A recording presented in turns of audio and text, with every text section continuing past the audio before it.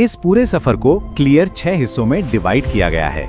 पहले dielectric basics, फिर electric fields और पोलराइजेशन, उसके बाद वेक्टर्स और बाउंड चार्जेस, चौथा है ससेप्टिबिलिटी और परमिटिविटी, पांचवा पोलराइजेशन के टाइप्स और आखिर में इनके फॉर्मूलाज और रियल वर्ल्ड यूजेस।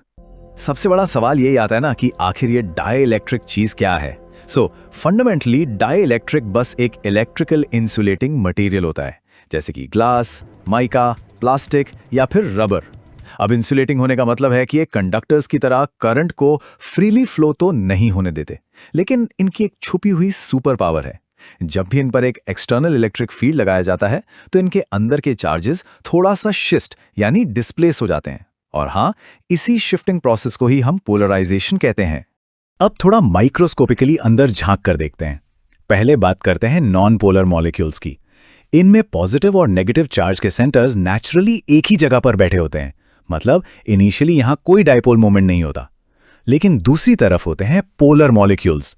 इनमें चार्जेस नेचुरली थोड़ा अलग अलग होते हैं, और इस नेचुरल सेपरेशन की वजह से इनमें पहले से ही एक परमानेंट डाइपोल मोमेंट मौजूद होता है। जब डाइलेक्ट्रिक के अंदर ऐसे ढेर सारे डाइपोल्स फील्ड की वजह से एक लाइन में अलाइन हो जाते हैं, तो इसको मैथमेटिकली कैसे मेजर किया जाए?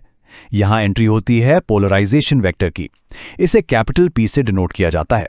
सिंपल शब्दों में ये electric dipole moment per unit volume होता है, यानी total dipole moment small p को टोटल वॉल्यूम V से डिवाइड कर दीजिए, और इसकी SI यूनिट होती है कूलम्स पर स्क्वायर मीटर। यहां एक बात बिल्कुल क्लियर रखनी है कि पोलराइजेशन सिर्फ कोई रैंडम नंबर नहीं है, ये एक प्रॉपर वेक्टर क्वांटिटी है। इसका मतलब इसमें मैग्नीट्यूड यानी स्ट्रेंथ तो है ही, पर साथ में एक स्पेसिफिक डायरेक्शन भी है। और लीनियर आइसोट्रोपिक डाइलेक्ट्रिक्स में ये पोलराइजेशन वेक्टर बिल्कुल उस एक्सटर्नल इलेक्ट्रिक फील्ड की डायरेक्शन में परफेक्टली एक लाइन में अलाइन हो जाता है। लेकिन इस पूरे प्रोसेस का फाइनल फिजिकल रिजल्ट क्या निकलता है? होता यह है कि डाइलेक्ट्रिक के ऑपोजिट सर्फेसेस पर कुछ चार्जेस जमा हो जाते हैं। इन्हें हम बाउंड चार्जेस कहते हैं। बाउंड इसलिए क्योंकि ये मटेरियल के अंदर फ्रीली घूम नहीं सकते, पर इनकी सबसे मजेदार बात यह है कि ये बाउंड चार्जेस अपना खुद का एक इंटरनल इलेक्ट्रिक फील्ड क्रिएट कर लेते हैं, और ये नया internal field original external field को हमेशा टक्कर देता है, यानी अपोज करता है। क्योंकि अब एक अपोजिंग इंटरनल फील्ड बन चुका है, इसका सीधा असर यह होता है कि डाइलेक्ट्रिक के अंदर जो नेट इलेक्ट्रिक फील्ड बचता है वो काफी डिक्रीज हो जाता है। इसे समझने के लिए ये फॉर्मूला देखिए। अब सवाल यह है कि अलग अलग मटेरियल्स इस इलेक्ट्रिक फील्ड को कैसा रिस्पॉन्स देते हैं। इसे आपस में कंपेयर करने के लिए इलेक्ट्रिक ससेप्टिबिलिटी का कॉन्सेप्ट यूज किया जाता है, जिसे Chi से रिप्रेजेंट करते हैं। ये इफेक्टिवली इस बात का मेजर है कि कोई मटेरियल दिए गए फील्ड में कितनी स्ट्रांगली पोलराइज्ड होगा। इस फॉर्मूला पर गौर कीजिए।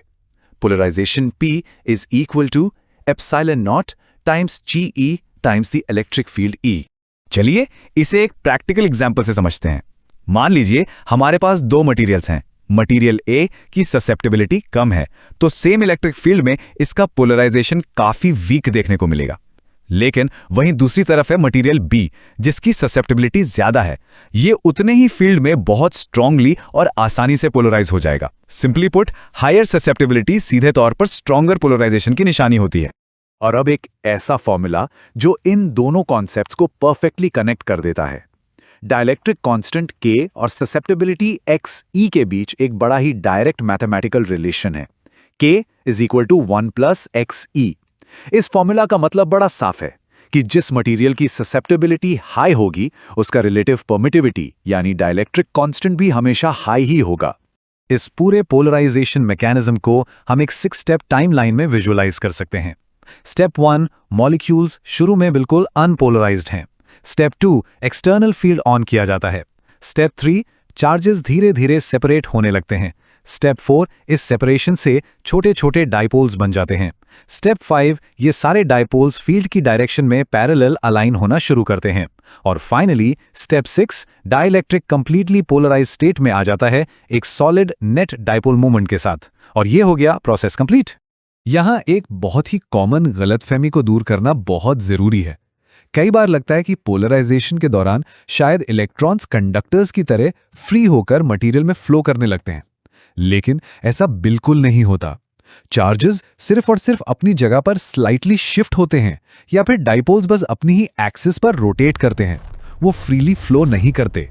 और इसी एग्जैक्ट वजह से मटेरियल की इंसुलेटिंग प्रॉपर्टी कंप्लीटली बरकरार रहती है। अब ये जो डिस्प्लेसमेंट है, ये मटेरियल के बेसिस पर 3 अलग तरीकों से हो सकता है। पहला तरीका है इलेक्ट्रॉनिक पोलराइजेशन, जहां इलेक्ट्रॉन का पूरा क्लाउड न्यूक्लियस से थोड़ा खिसक जाता है। दूसरा आयनिक पोलराइजेशन, जहां पॉजिटिव और नेगेटिव आयंस फील्ड की वजह से ऑपोजिट डायरेक्शंस में शिफ्ट होते हैं। और तीसरा मैकेनिज्म है ओरिएंटेशन पोलराइजेशन। इसमें पहले से बने हुए पोलर मॉलिक्यूल्स फिजिकली रोटेट करते हैं और फील्ड की दिशा में एक परफेक्ट अलाइनमेंट ले लेते हैं। लेकिन घूम फिरकर बात वहीं आती है कि इन सबका रियल वर्ल्ड में आखिर यूज क्या है। खैर, डाइलेक्ट्रिक्स सबसे ज्यादा और इफेक्टिवली यूज होते हैं कैपेसिटर्स में। ये इंटरनल पोलराइजेशन ही वो सीक्रेट ताकत है जो कैपेसिटर्स को सेम वोल्टेज पर भी कई ज्यादा चार्ज और एनर्जी स्टोर करने की फ्लेक्सिबिलिटी देता है। इसके अलावा डेली यूज होने वाली इलेक्ट्रिकल केबल्स, पावर ग्रिड्स के ट्रांसफॉर्मर्स, हमारे स्मार्टफोन्स के सेंसर्स और यहां तक कि माइक्रोवेव डिवाइसेस में भी यही एग्जैक्ट माइक्रोस्कोपिक फिजिक्स लगातार बैकग्राउंड में काम कर रही होती है। पढ़ाई जारी रखिए, सवाल पूछते रहिए और इस अमेजिंग दुनिया को एक्सप्लोर करते रहिए। मिलते हैं आपसे अगली एक्सप्लेनर चर्चा में।